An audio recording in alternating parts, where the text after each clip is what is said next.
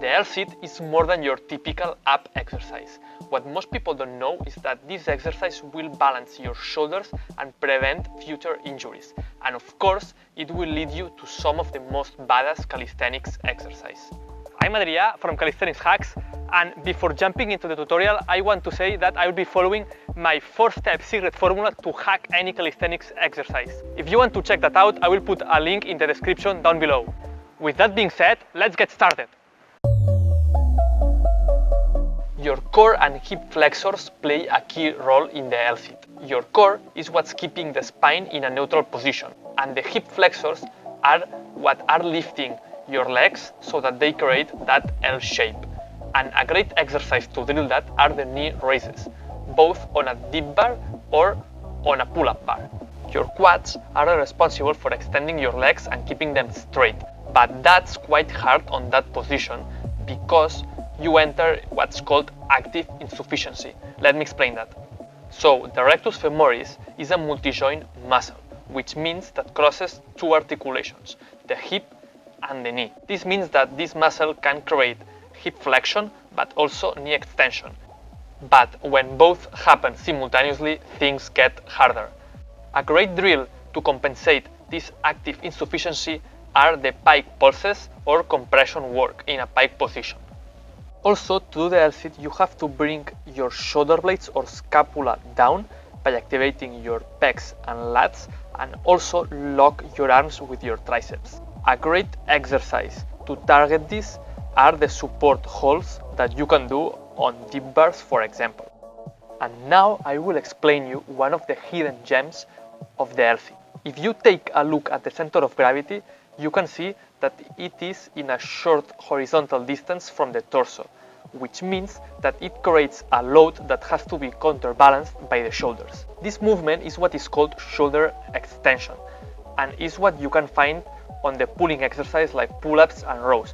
But here, instead of doing it with the hands in front of the body, you do it with the hands behind your body or in line with your body, which is great because it balances nicely the shoulders. A great exercise to start targeting the shoulder extension in hyperextension are the reverse planks. So by doing the Lsit, you will be working these muscles that are normally neglected, like the posterior deltoids, the scapular retractors, or the external rotators, which will improve your shoulder health and your posture.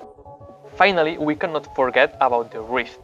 You can do the Lsit on the floor with the hands in 3 different positions, looking forwards, to the side, and backwards. And the difficulty increases in that order: forward, side, backwards. Ideally, you should do it with the hands backwards because it's what have more carryover to the most advanced exercise like the Lsit and mana, but it requires more flexibility. To start, I would recommend you to go with your hands looking at the sides or on parallels, which is actually easier on the wrists and it has more shoulder activation than with your hands looking forwards. But whatever option you choose, it's so important to warm up your wrists before doing the Lsits. And now I will show you the 2 exercises that offer you the most bang for your buck in terms of learning the Lsit. The first exercise are the knee raises on a dip bar. I understand that you may not have available a pair of parallels or dip bars, but that's not an excuse. You can use a couple of chairs, but make sure that they are stable either by fixing them next to a wall or just putting a heavy object on them. This exercise will have all the components that we have seen except the knee extension, but that one we will cover with the second exercise. So the second exercise are the pike compressions or pike pulses. This second exercise will help you straighten the legs by strengthening the rectus femoris while it is on active insufficiency. So you may be thinking, why we are not training the Lsit doing isometrics or static holds? Hold on, do you want to hack the Lsit or just do the typical slow progressions that you see in the other videos? If you want to hack the Lsit, stop doing isometrics or static holds, because doing that you only gain strength in this particular position, and it's way better to hit all the different angles, and then when you can already hold the Lsit for 5 seconds, it's time to start targeting that position, but not before. Before getting into the exact progressions, let's get the prerequisites out of the way. To start training the Lsit, I would recommend you to have 40-second reverse plank, 40-second neutral hold, and finally that you can do a few knee raises on a deep bar. So the sequence consists in training the knee raises simultaneously with the compression. But of course, you can stop training the compression work once you can comfortably straighten your legs. The first progression starts with the knee raises. Here you have to aim for 3 sets of 10 reps. Then you can move to the next progression, which is making the tempo harder by maintaining the legs at the top for 1 second. Once you can do that, you can move to the leg lifts. And the leg lift, try to aim 2 for 3 sets of 10. Once you can do that, at that point you will be able most likely to hold the Lsit for at least 5 seconds, and at that point you can start training the Lsit directly by doing isometrics. The second progression are the pike compressions, and you should start doing that with your hands closer to your hips. This will be easier, and once you can do at least 10 reps for also like 2 or 3 sets, you can start moving your hands toward your feet.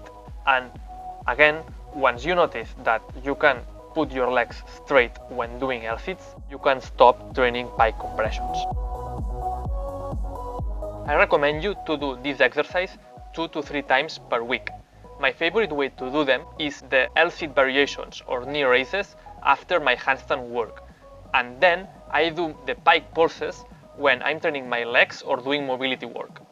But also it can be great to include these 2 exercises if you have an ab workout. So I don't know about you, but I would have loved to receive this information when I was starting to learn the Lsit. And not only me, but I would have loved to give that to my friends. So if you are in a similar position, make sure to share this information to your friends, because at the end of the day, we are all a big family and we are all growing together. And if you want to see more tutorials like that, make sure to subscribe to this channel and also hit the like button.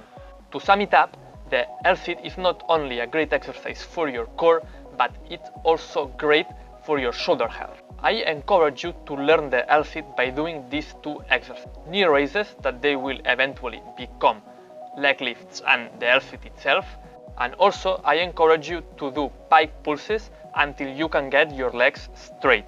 That's all for today. I hope that you enjoyed the video and that it helps, and see you in the next video.